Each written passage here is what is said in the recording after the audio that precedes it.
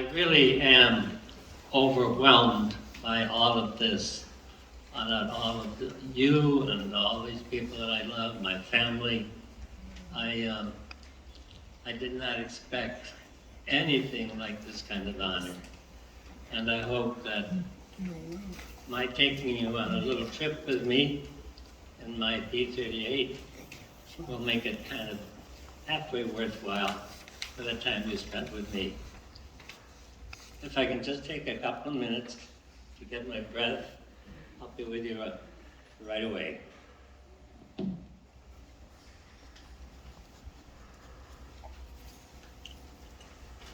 Thing wrong with the notice that you saw was the time that I served. It was actually until 1947. It was after the bomb dropped. Because for us, the war did not end until then. So 1943 to 47 plus. And I apologize that I'll be having to clear my throat every now and then. I'm not going to give you a description of all the places I've been, because you've seen it in the newspaper and you've seen it on television and so on. I will say that I enlisted as an aviation cadet at the age of 17. Could not be taken into the academy until I was 18. And 9 months later, I received my wings at Luke Field, Arizona. And then a few months after that, I was a genuine fighter pilot in a P-38 at the age of 19. So I started combat in New Guinea, moved north through the entire Philippines. Practically every airport in the Philippines was my place to be at home every now and then, until the last huge battle of Leyte Gulf, which you can read about on the internet. I had 91 missions, and we received fantastic training, but not just in flying. Besides aeronautics, we had to learn about engines, meteorology, and navigation, most of it by dead reckoning, because there was no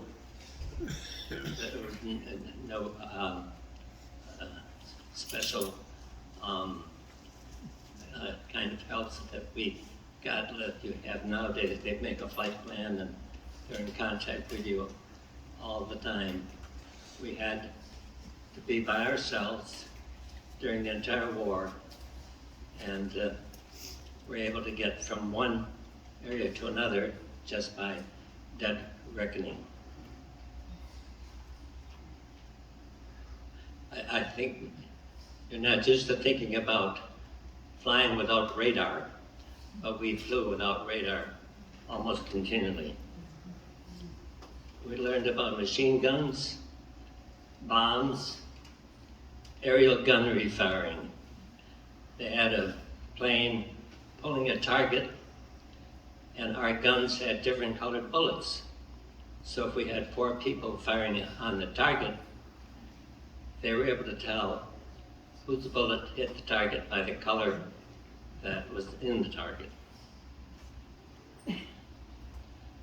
But I hope this little trip that you'll take with me will give you a little better understanding of what being a fighter pilot was all about, and why it has left me with a life of gratitude and great faith. Before we get into some of the dangerous things that I know much of you like to hear about, I have to tell you that just the beautiful flying up and by itself is incredible. You can imagine how it looks like flying 10 feet above the clouds at 400 miles an hour and taking a spin around a big cumulus cloud, or flying over places like the Adirondacks, just a few feet above the trees in the fall colors. Absolutely beautiful.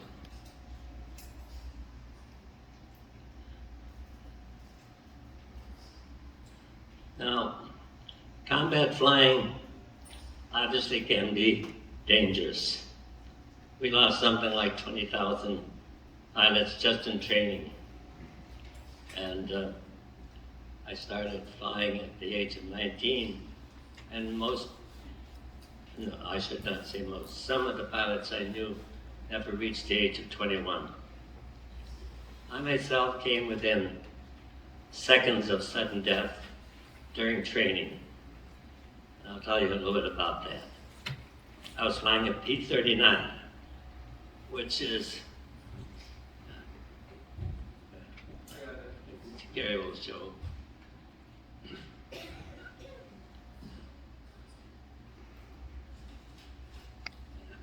The top. That airplane is so small, I said, how are we ever going to get out of it with a parachute on? I came to a stop from 250 miles an hour on a sandbar, I think before it even quits moving.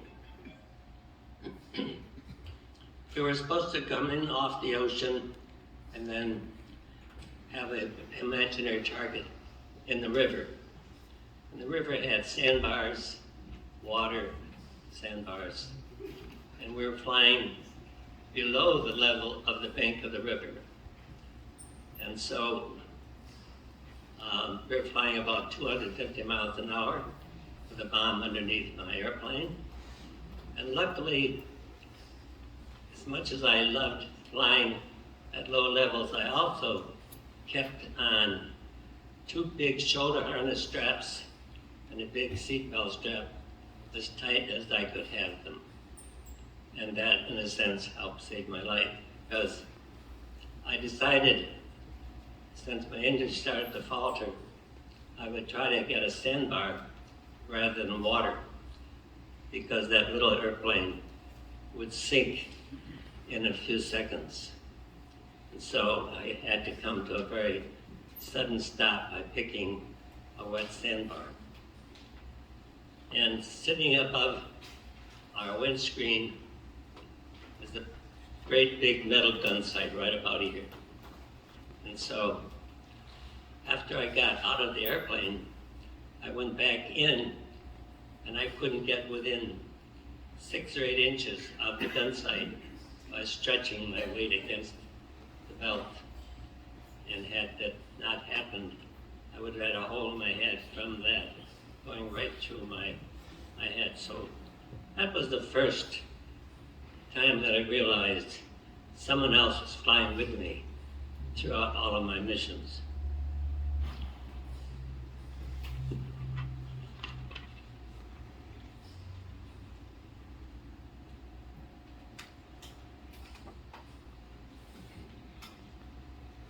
Sometimes flying in small planes could be a little boring. You have either another pilot or an instructor in the front seat, and you in the back seat, or vice versa. Well, we did most of our instrument flying, we taught each other. We'd have one person in the back with a hood on, and in this case I was flying in front to make sure we weren't in the area with other airplanes. I'm sorry. I'm sorry my breathing is so bad today. And so I decided, since I was with my best friend Bill Stuff, I'll talk about him later, how about we change seats while we're up here and see if the crew chief would know that we had done so. So that meant I was in the front seat. I started getting out on my side of the airplane, and then Bill was in the back seat and would try to get out on his side of the airplane, and then we'd change seats. But obviously we had no autopilots, And so I had to still hang on to that stick. And as soon as I got my rear end and my parachute into the windscreen, I knew that I'd be parachuting out if I didn't get back in the airplane. So it didn't work.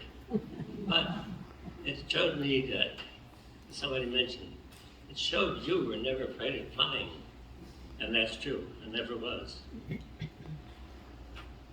I had that same airplane to give my wife Sybil is something that probably none of you have ever had the chance to do. And that is having a barrel roll. The difference between a barrel roll and a slow roll is to keep the center of gravity in the seat of your pants with a barrel roll. So she didn't feel like she was hanging on a belt upside down.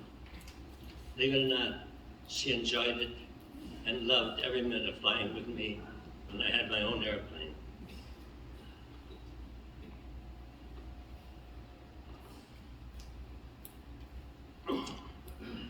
Before I got into the plane I named after her, Sweet Sybil,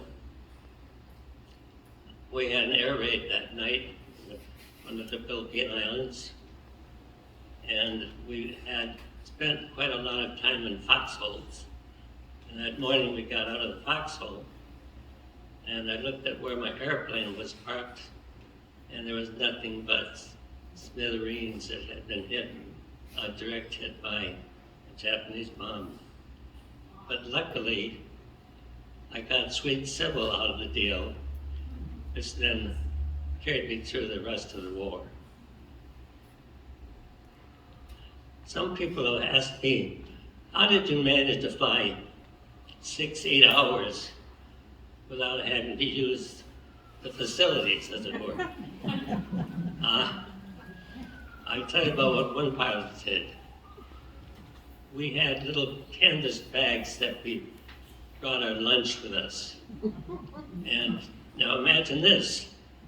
You've got a flight suit on, your regular uniform underneath that, you've got a parachute and a Mae West on. And we noticed his airplane was kind of all over the spot, but we couldn't say anything about it at the time. We found out later he had a terrible urge to have a BM. Of all the times, about 3 or 4 hours into an 8-hour flight, he took all of that stuff off, sitting in the cockpit of a P-38. Took his belts off, took the parachutes, unstrapped them, got his Mae West off so he could get his flight suit off, used that little bag that he had his lunch in to do what he had to do, and then put it all together and continued on the mission. Now, I am appreciating all the honor I'm getting, but can you imagine going through life doing that? They made it easier when it came just to urinating. They had a little funnel in the cockpit near their seat, and you could urinate in that, and it would just go out into the wind stream. And there was one particular pilot that the rest of the squadron did not like. So one of the times before that mission he went on, they turned that out of the windscreen the other way. So when he went to use it, he got a bath in the face of rather hot urine. I did not have anything to do with that.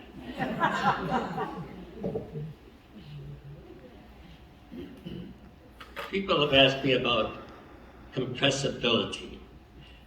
Compressibility in a P-38. Hold on while I get another drink here. Well, it was apparently one of the 2 defects when that airplane was first built. And it meant that if you went into a dive around 25,000 feet and you did not quickly pull yourself out of it, you would not be able to pull yourself out of it. You simply could not get that plane out of a dive. And I'll tell you a little more about when I was at 33,000, but that particular time, after I finished doing the contemplating that I had been doing at 33,000 feet, I peeled off into a nice dive and got into compressibility. But, and I've been very grateful to the people that added a very little item underneath each wing of a P-38 called dive control flap. You push a button and a little bit of a flap came out underneath the wing, and simply by pushing that button I was able to gain control. Airplane came out of a dive and I got home safely. The next day, believe it or not, the very next day, we had, going to church, we looked up and heard this airplane screaming down with the P-38 in compressibility. And he must have forgotten about the dive flap because the plane literally exploded in the air. I did lose one little panel off the bottom of Sweet Sybil, and it shows in some of the pictures when we taken it after that particular dive. But he parachuted out, didn't even know how he got into the parachute. We picked him up. But again, somebody was with me on my flight that wasn't with him on his.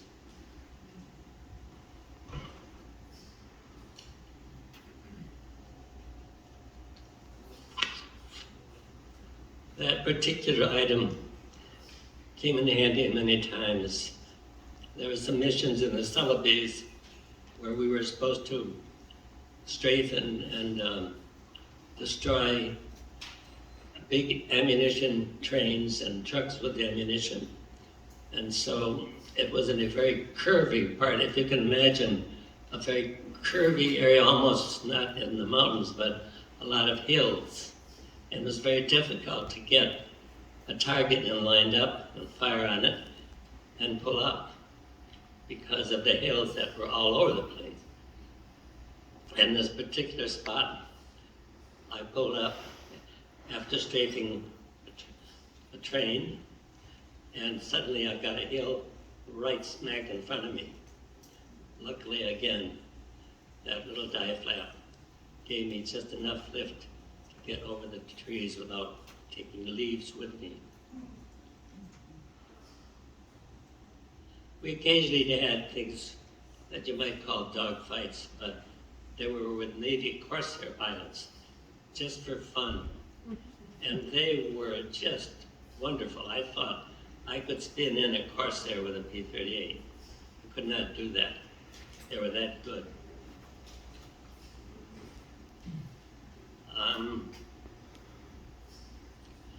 Without getting into too much more, I'll tell you about how I learned about military protocol.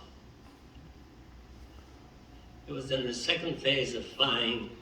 We were in a fairly big airplane, as an instructor in the back and me in the front. And the things I was asked to do, I was able to do just perfectly. At least I thought so. And I felt so good about it. I committed one cardinal sin. I did not know it at the time. And so anyway, I was so happy, and you know, you're treating your instructor like a friend. Big mistake. We were landing at Minter Field, California, Bakersfield, California. Minter Field. And it's a huge field, probably more than 3,000 feet long. And I could have landed the airplane and gone back within just probably 1,000 feet. He did not let me turn off till I got to the end of the runway. And he turned the plane around. I did. He said, "Get out." So I started unhook my parachute. No, leave your parachute on. Just get out. Grab a hold of the wing. He then opened the throttle almost fast enough to take off, with me hanging onto the wing and the parachute kicking into the back of my knees every step I took until we got back to the base. And I said, would you mind telling me what that was all about? He said, up there you felt good about yourself and you did well, but you called me by my first name. And that taught me never to treat anyone like I was treated that particular day. I think that I probably had more injuries from that parachute banging into my backs and my legs than I ever had anything else.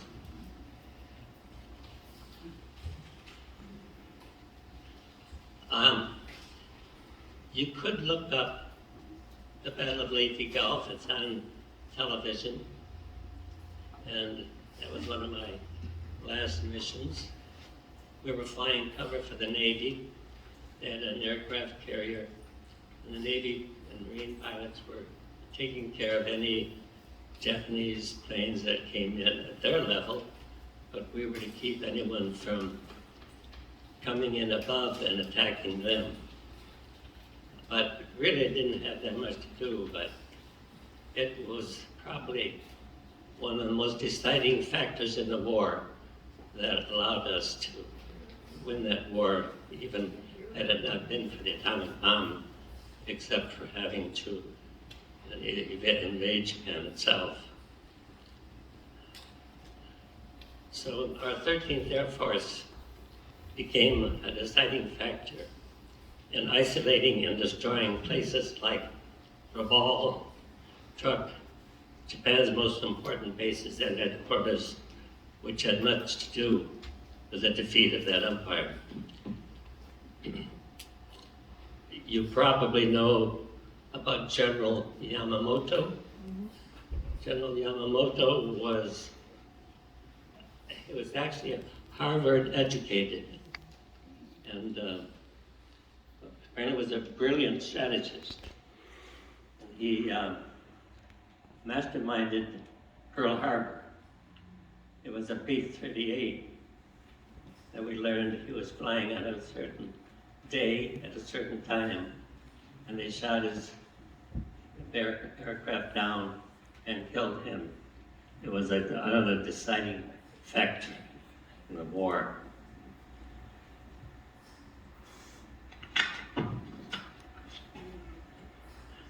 And so, when the atom bomb fell, that pretty much stopped the war for most of us in the 13th Squadron and the 13th Air Force and the 70th Fighter Squadron. But let me tell you about a very unusual situation that I think you'll agree was just incredible. Probably a week after the war officially ended, our squadron CEO at that time decided to fly to, and we went there to sort of see whether they were going to be kept alive or not. The squadron commander in Formosa, which was what this was named at the time, that was the major headquarters for the Japanese Air Force. And they could not have treated us more honorably. We were there for 3 days. He gave me a personal letter to my friend, Captain Paul Stobnicke, and he gave me some gifts, including a Japanese sword, and since Gary was collecting them, he has the sword that this Japanese major gave me. Why don't you just show them how sharp that thing is?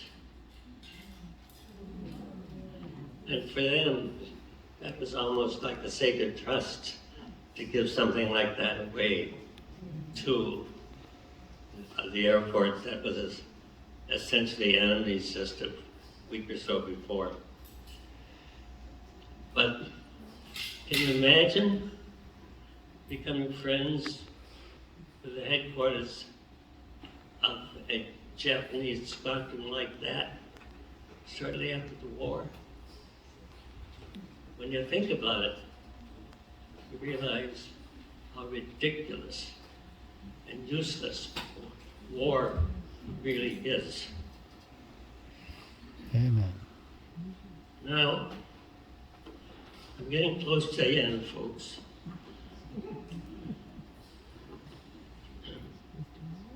But I'd like to have you hear a little sonnet or a poem written by John Gillespie McGee.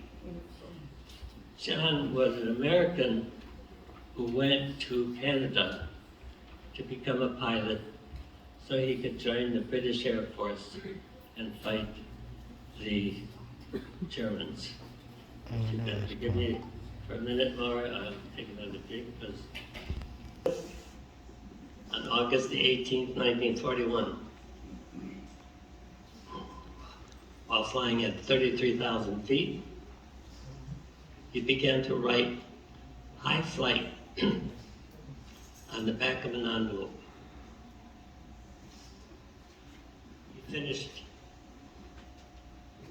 He finished after he landed. On his first mission, November 41, his 4-plane flight was attacked by the Luftwaffe over France, and he was the only one to return safely. After December the 11th, 1941, after only 10 weeks of service, he collided with another Spitfire flown by another instructor, and was at a low enough level that he could not get out in time to jump out and use his parachute. And so he died shortly after, at the age of 19, the age I started to fly fighter planes.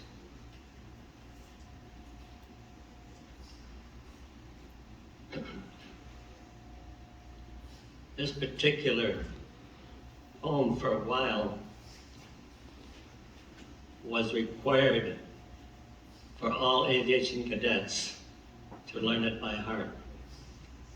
I never had to do that as a cadet at the time I was in there, but it's something that is quite easy to learn. I'll speak slowly because the words are difficult.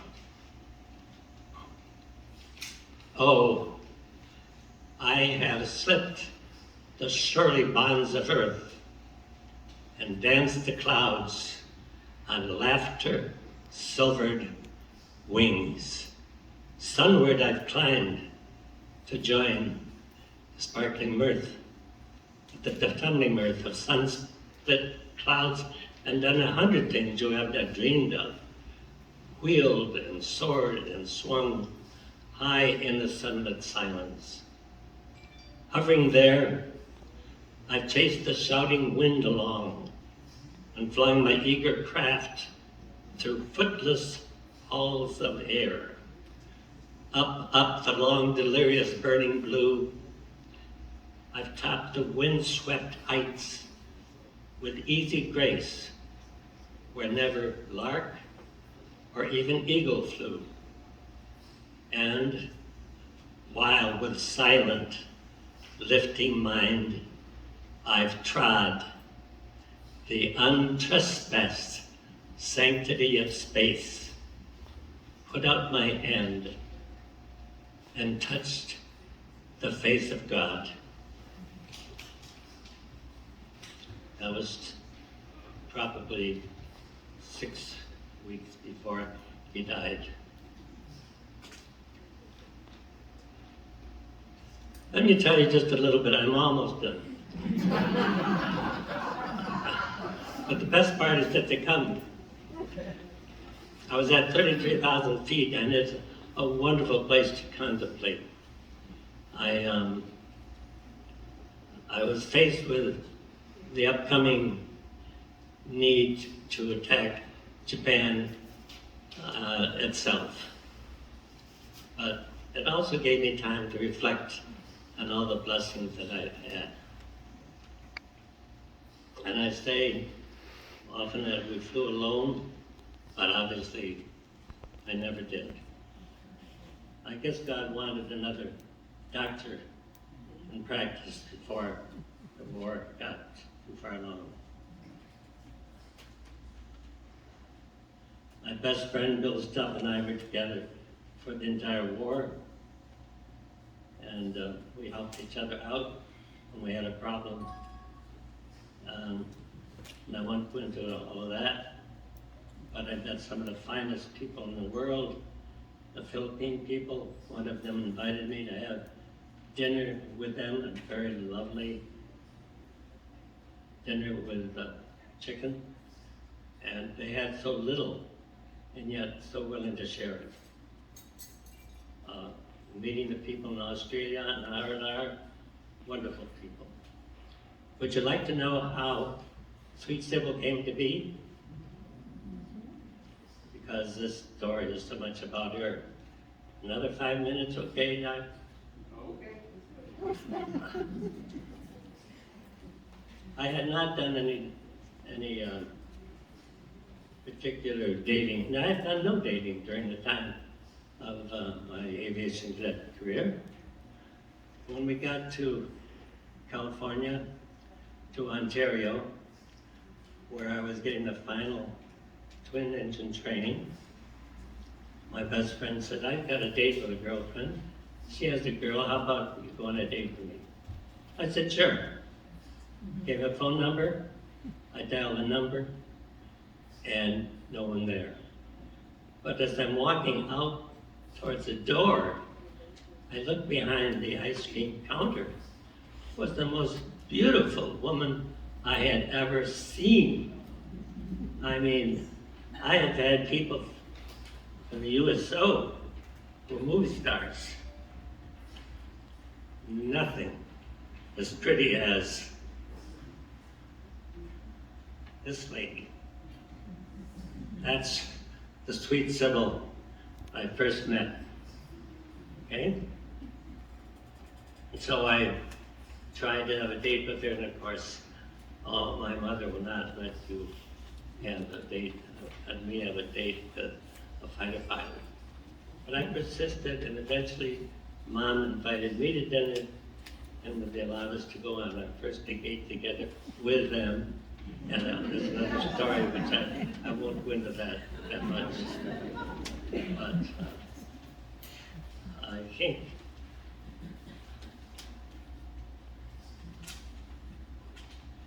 I will tell you that even though we had a short life together before I went overseas, she wrote to me every single day. Now, sometimes I would catch them in bunches of 8 or 9, but in addition to that, she prayed every single day. And I will tell you a little story that I know that it's time for me to quit, but there was a fellow named Bill Harris. He flew in our group one time, not in my squadron, but in the group. And I was on a mission with him, and flew on his wingtip, as a matter of fact. Later, I learned that he had been trying to date Sybil, and told Sybil he would marry her even without the date. And Sybil said, no, thank you. And that was even before she met me.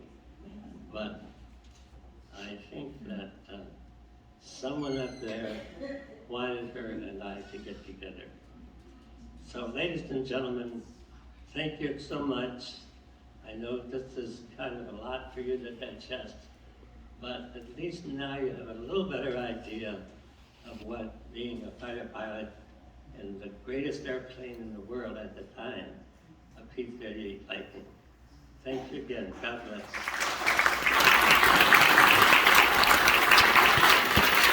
Thank you so much, Dr. Paul.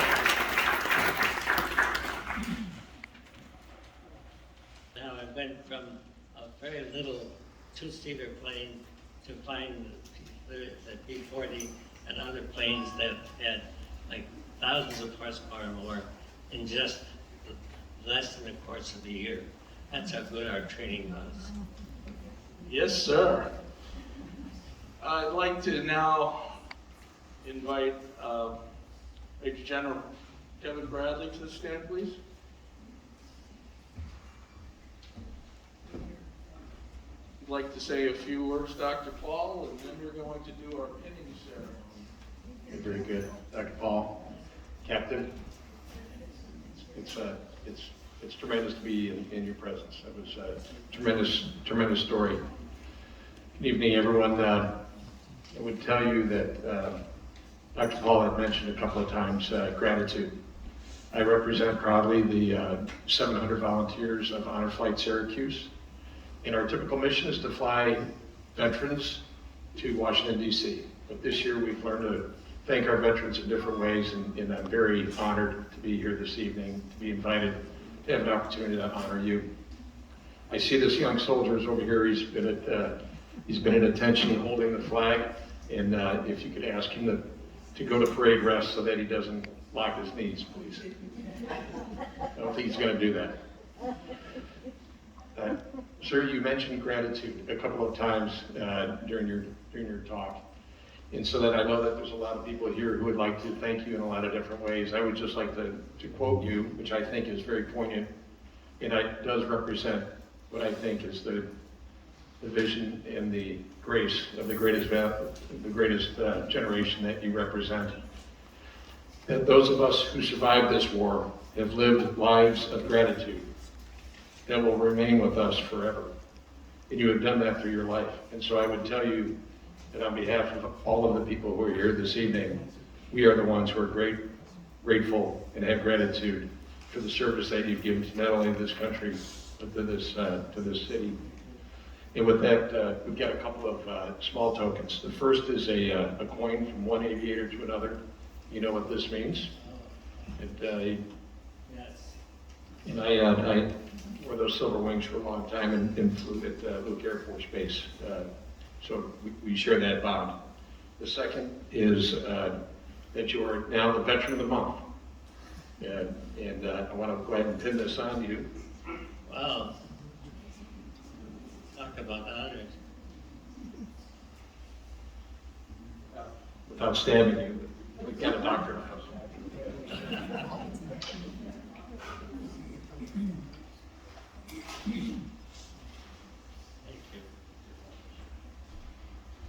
Lastly is a certificate.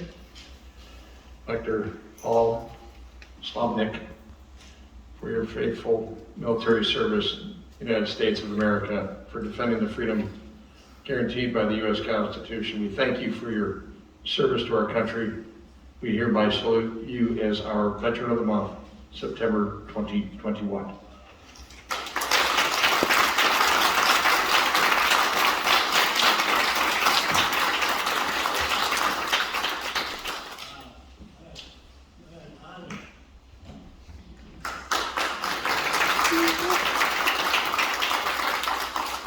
Tell you, Dr. Paul, just getting a certificate like that's pretty impressive. Now you get a gold frame out there. There you go. Could I please have presence of Senator John W. Manning?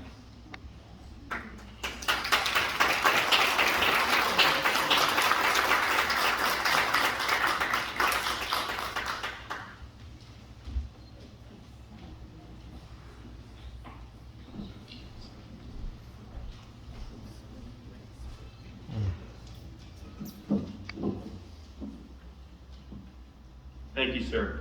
It's great to see you. It is clear that you have done so much for the good of our nation and our community. Yet, you have not done this for notoriety. It is my absolute honor to disrupt that tonight. I want to thank Rick Beatrice and my staff who worked to put all of this together. And I also want to thank all of you for being here to help honor this remarkable man.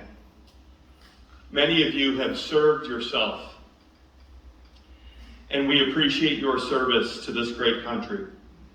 We owe all of our veterans a debt that we can never fully repay. We have an obligation to honor all of those who have served courageously for this nation. This obligation has brought me here tonight to honor you. But this is not our first meeting, and I do know how to pronounce your last name. You are not Captain Paul Stobnicke to me, and you are not even Dr. Paul to me. You are Dr. Stobnicke to me, and I am little Johnny Mannion from 211 Avery Ave, who used to walk into your office above Ryan's Pharmacy. You were my family doctor, Dr. Stobnicke.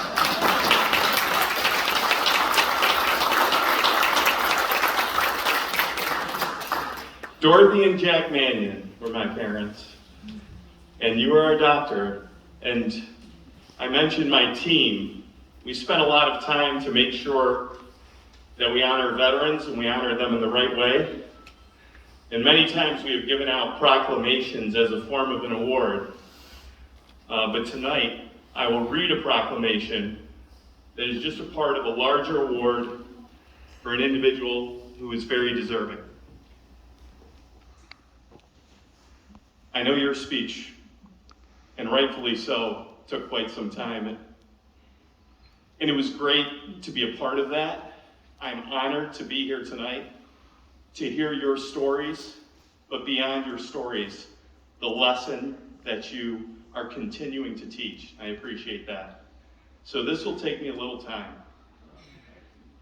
Whereas the great state of New York is only as great as those individuals who perform exemplary service on behalf of their community, whether through unique achievement in public service or professional endeavors, or simply through a lifetime of good citizenship.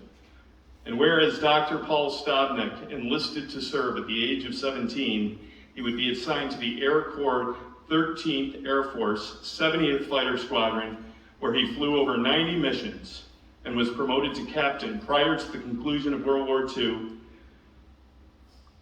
Captain Stobnicke, who is also known by many as Dr. Paul, was shaped by his experiences in the war, a time in which he met his wife Sybil, whose nickname Sweet Sybil was painted on the nose of his fighter plane. And whereas upon his return to Central New York, Dr. Stobnicke's service did not end. He went on to become a family doctor for decades in Syracuse. He also served as the medical director for the Syracuse City School District. And whereas the sacrifice and service of our veterans ought to be always held in the highest esteem, therefore the New York State Veterans Hall of Fame was created in 2005 to honor and recognize outstanding veterans from the Empire State who have distinguished themselves in both military and civilian life. And whereas 63 veterans from across the state will be inducted into the Hall of Fame on Veterans Day, and a plaque will be sent to each recipient, their names and stories will be honored and on display, ensuring their sacrifices and accomplishments are never forgotten. And whereas it is the intent of this proclamation to notify Dr. Paul Stobnicke that I, Senator John Mannion, have the great honor of inducting him as the 50th District's 2021 inductee into the New York State Senate Veterans Hall of Fame.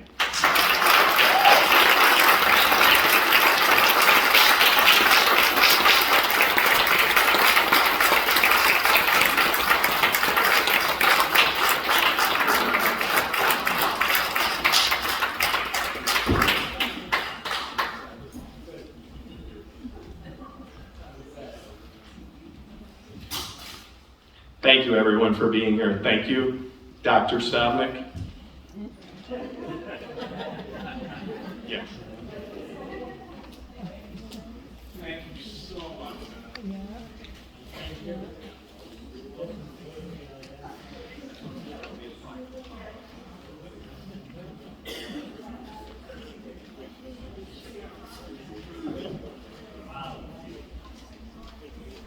Wow, you thought the little Veteran of the Month certificate was pretty cool. Above and beyond. Well, we thank Senator Mannion and Liam from his office.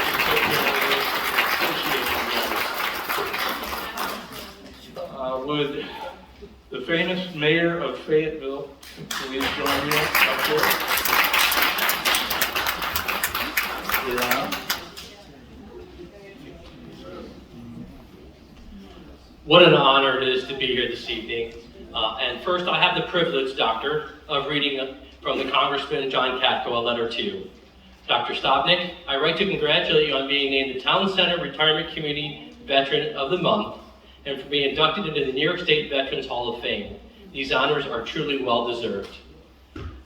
I enjoyed learning about your time in the Army Air Corps during the Second World War, as well as your work with the Syracuse Community and Family Doctor, and later as medical director for the city's school district. I truly admire your unwavering dedication to protecting this nation and commitment to our community.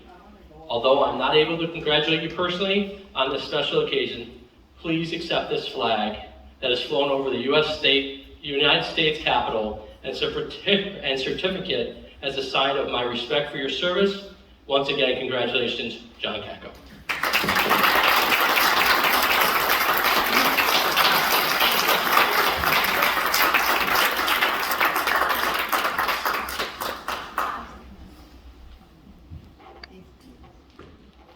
And again, it is truly an honor to be here this evening. When they sent me a letter or an email to come and speak, I want to thank the Town Center community, your family, your friends, the military that are here, the veterans.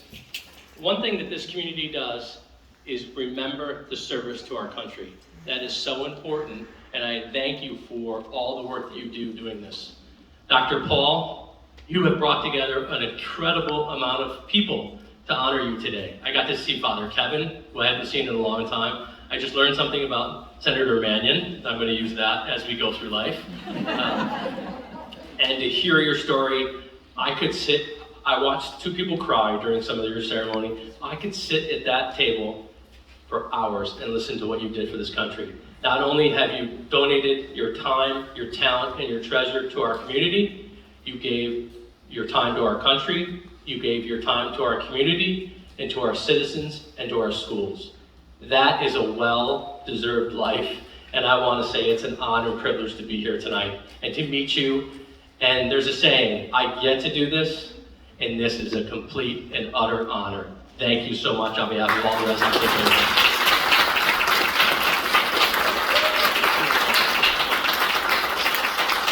Thank you, Mayor Olson.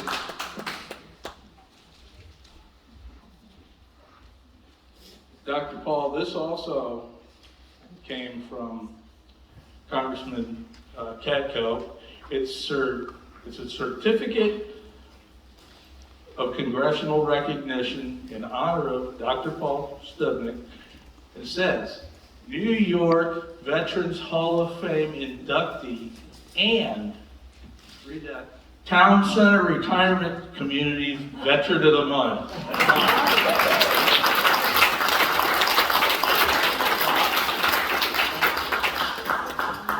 Is Dick still here? I think Dick had to leave. By the way, Dick was the videographer who did your thing. He was here.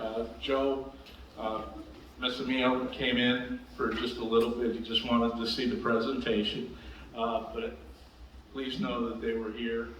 And listen, if you ever look him up online, go to his historic record that's now, it's in the Congressional Library of Congress.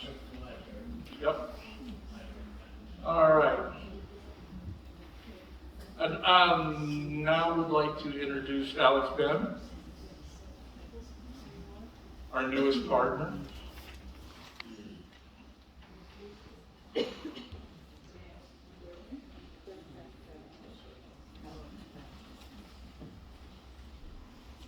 Good evening, everyone, and I'd certainly like to echo all the statements that have been made, especially the mayor, and just thanking you. We don't do it enough. We don't say thank you enough.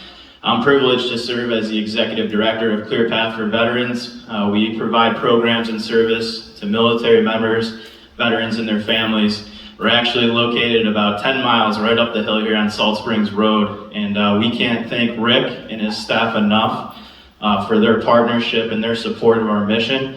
And we'd also like to thank every one of you here tonight who supports our mission as well, because we can't do what we do without the support of the community. This is a perfect example, Dr. Paul. You are the example of a veteran not only selflessly serving their country, but then also coming back to serve their community. And for that, we can't say thank you enough. And on behalf of the entire Clear Path family, we thank you for your service, and especially for what you've done for this community, and you are certainly an inspiration to all of us here tonight. So thank you for having us.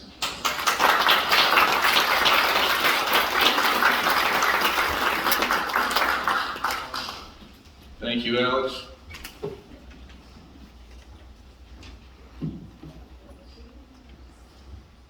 Gary, would you like to come up and say something to your father? I want to tell you, Gary had to do the hard part, hurting in the family. No, that wasn't that hard. I'll take this mask off so next year. Well, it was a nice surprise, Dad, that we all knew all these people were coming. And you didn't. And we were able to keep that a surprise, which I thought was great.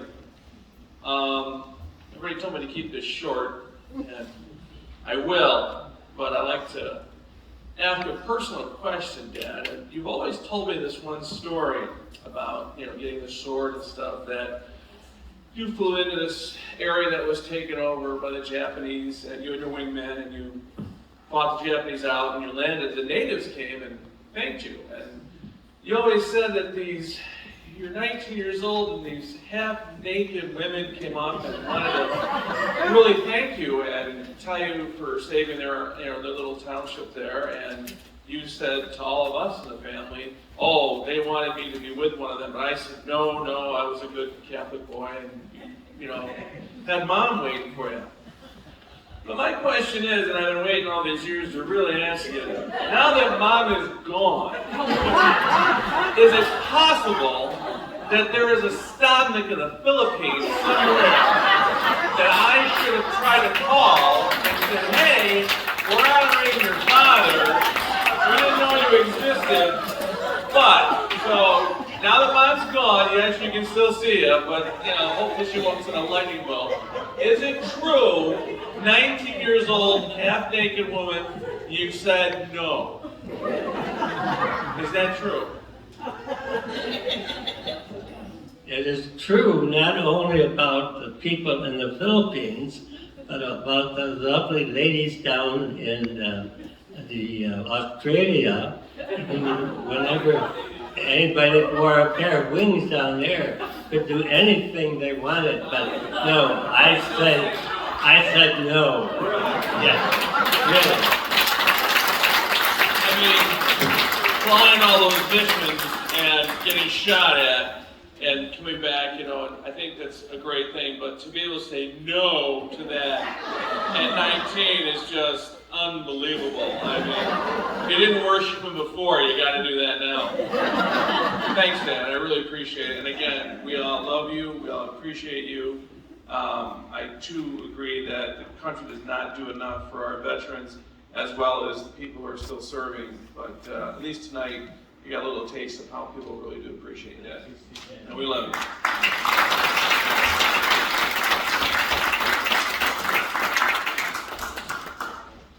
Dr. Paul, you want to roll around this side, can you? Yeah, can you come over this way?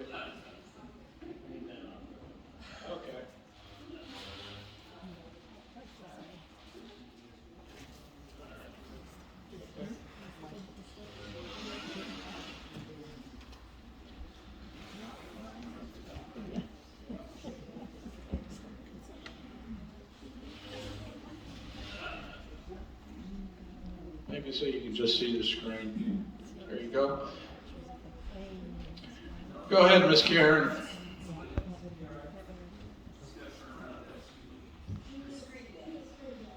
Hi, everybody. I'm Steve Muller, Chief Operating Officer at Resort Lifestyle Communities, and I'm just dropping in via video to say congratulations to Dr. Paul on receiving this honor from the state of New York. We're proud to have you as our resident and grateful for your many years of service. I wish we could all be there today to celebrate with you. Congratulations again from the entire team at the home office in Lincoln, Nebraska.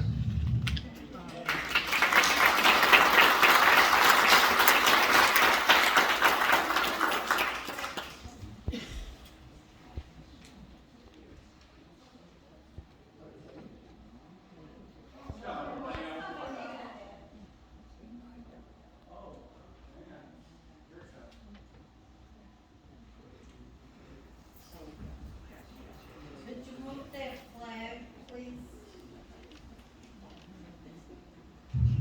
Hi, everybody. I'm Steve Muller, Chief Operating Officer.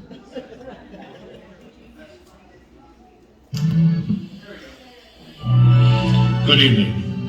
This is Michael Amante, and I am the second son and fourth child of Dr. Paul Stobnicke. I am joined by my three children, Jana, Luca, and Grace, in order to thank Rick Beatrice and the Resort Lifestyle Communities for honoring my father tonight as the Veteran of the Month for his unwavering and faithful service in the Army Air Corps to his family and to the country at large during World War II and beyond.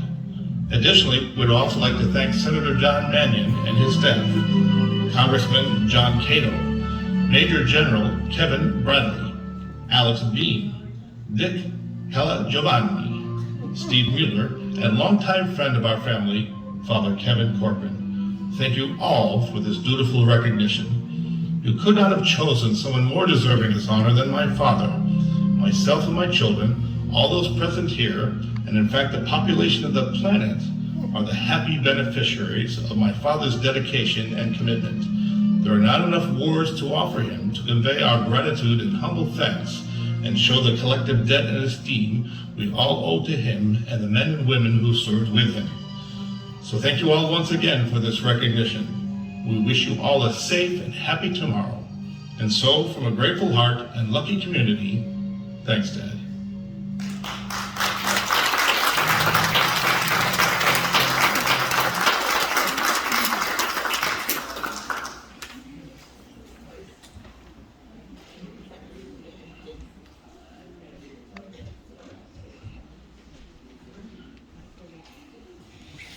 Well, ladies and gentlemen, that concludes our ceremony for tonight.